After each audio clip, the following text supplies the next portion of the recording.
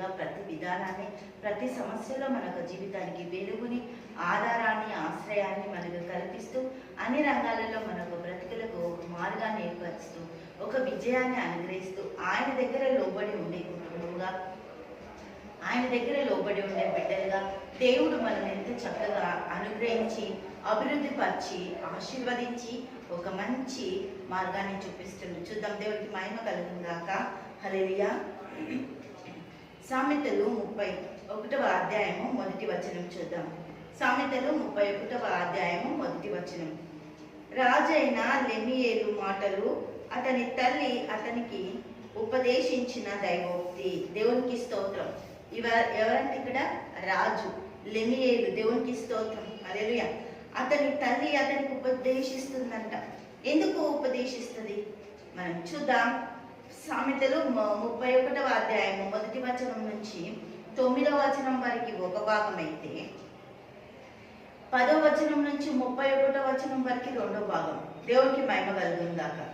ఈ లెమియేలు యూదా రాజు కాదు, ఇజ్రాయెల్ రాజు కాదు, అషూరు రాజా అనుకుందామా పోనీ అంటే కాదు. పోనీ ఇతర రాజులలో ఎక్కడైనా చూసామా ఈ యొక్క లెమియేల్ని అంటే కాదు. వాళ్ళు కానే కాదు, అసలు వాళ్ళలో లేడు కూడా. మరి ఈ రాజు ఎవరు కదా మనం అడగాలి. దేవుడికి స్తోత్రం. హల్లెలూయా. ఈ రాజు ఎవరు? దేవుని కొరకు జీవితాన్ని ఎలా కాపాడుకోవాలో, ఎలా ఉండాలో ఒక తల్లి తన కొడుకుకు చెప్తుంది. ఈ యొక్క ఉపదేశము దేవుడికి మహిమ కలుగును గాక. హల్లెలూయా. ఈ యొక్క ఉపదేశము సామెతలు 31వ అధ్యాయం నుంచి 9 వచనాలలో దేవుడు మన జీవితాలు ఎలా కోరుకుంటున్నాడో, దేవునికి ప్రీతికరముగా మన జీవితాలు ఎలా జీవించాలో ఈ 9 వచనాలు ఉన్నాయి. తల్లి బోధిస్తుంది. సామెతల గ్రంథంలో తండ్రి కొడుకుకు చాలా సంగతులు బోధించిండు.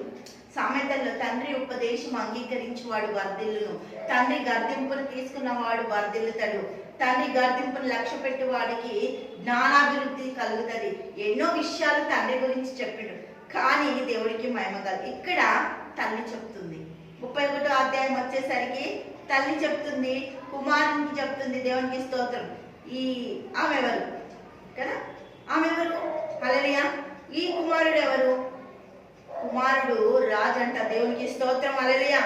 ఆమె దేవుని యందు భయభక్తులు కలిగిన స్త్రీగా కనిపిస్తుంది, తల్లిగా కనిపిస్తుంది, భార్యగా కనిపిస్తుంది కదా. మొదటి వచనంలో రాజైన లెమియేలు మాటలు అతని తల్లి అతనికి ఉపదేశించిన దైవోక్తి. దేవుడికి స్తోత్రం. హల్లెలూయా. తల్లి బోధిస్తున్న మాటలు కుమారుడు వింటుండు. కుమారుడిని ఆ ఒక గర్భంలో ఉన్నప్పుడే దేవుడి కొరకు ప్రతిష్ఠించుకొని దేవుడు కార్యాలు చేయాలని నిర్ణయించుకున్న తల్లి, దేవుడి కొరకు బ్రతికిన తల్లి గర్దించగలదు. అధికారంతో ఉన్న కుమారుడు తల్లి అధికారంలో ఉన్న రాజును కూడా గర్దించడానికి వచ్చేసింది. రాజు హల్లెలూయా.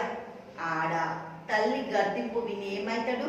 కాపాడబడతాడు కదా. దేవునికి స్తోత్రం. తండ్రి గర్దించిండు, కానీ ఇక్కడ తల్లి గర్దిస్తుంది. ఆ తల్లి ఎవరు చూద్దాం. దేవుడికి మహిమ కలుగును గాక. ఆ కుమారుడు వినే మాటలు మన జీవితాలకి ఎంతో చక్కగా మనము వాటిని అంగీకరించినప్పుడు మన జీవితాన్ని దేవుడు శుభప్రదముగా మంచి ప్రయాణాన్ని జరిగిస్తాడు, మంచి దారిలో నడిపిస్తాడు. దేవుడికి మహిమ కలుగును గాక. హల్లెలూయా.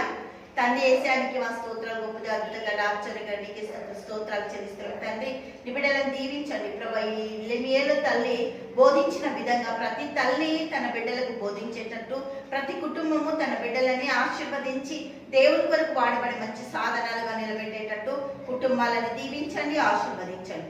యేసు నామములో ప్రార్థిస్తున్నాము తండ్రి. ఆమేన్. ఆమేన్.